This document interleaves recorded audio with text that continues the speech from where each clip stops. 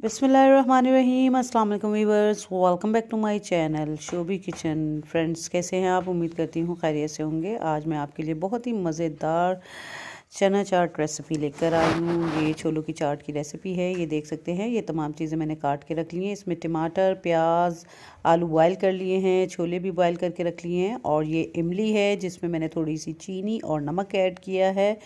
और नमक आप हस्बे ज़ायका रखिएगा। ये थोड़ा सा चाट मसाला है और कुटी हुई मिर्च है इसमें।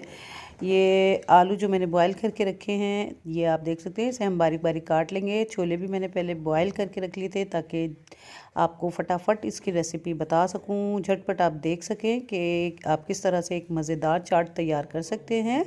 और इसमें ये जो कटी हुई प्याज है ये हम शामिल कर लेंगे, और जो कटे हुए टमाटर हैं, हरी मिर्ची, कटे हुए टमाटर, ये तमाम चीज़ें इसमें मिलाकर हम शामिल कर लेंगे। और जो इमली है वो याद रखिएगा, उसमें थोड़ी सी चीनी और नमक आपने मिलाना है। और ये कुटी हुई मिर्च बिल्कुल हल्की रखनी है आपने।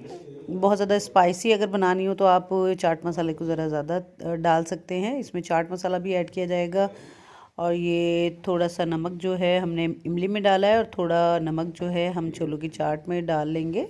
और ये चाट मसाला हमने डाल लिया है। अगर आप ज़्यादा स्पाइसी करना चाहते हैं तो आप चाट मसाले की क्वांटिटी को थोड़ा सा बढ़ा दें। और ये इमली देख सकते हैं, ये इमली में चीनी डालें, क्योंकि इससे जो है आपके छोलों की चाट का टेस्ट बहुत मज़ेदार हो जाएगा। और आप इसे ट्राई ज़रूर कीजिएगा। और अगर ये इमली की चटनी हम पका कर यूज़ करते हैं, वो मैं आपको नेक्स्ट उसमें बताऊंगी। ये अभी मैं आपको झटपट तैयार होने वाली रेसिपी बता रही हूँ। ये देखें, ये जो इमली का पेस्ट है, इसका हमने इसमें, आप गुठलियाँ मत डालिएगा ताकि आपके मुंह में जब गुठलियाँ आएंगी तो वो ज़रा बुरा फील होता है। आप सिर्फ इमली का पानी जो है वो इसमें मिक्स करें। ये अच्छी तरह से मिक्स करने के बाद इसको हम, ये देख सकते हैं, ये इतनी ज़्यादा मज़ेदार बनती है चाट। ये हमारी चाट तैयार हो गई है, छोलों की चाट। आप अगर पसंद करते हैं छोले खाना, क्योंकि ये फ़ायदेमंद भी हैं, तो आप इसे ट्राई ज़रूर कीजिएगा। और स्पेशली रमज़ान के लिए ये बहुत ज़बरदस्त रेसिपी है।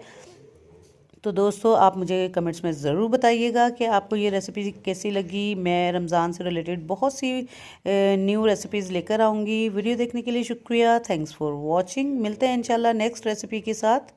अल्लाह हाफिज़।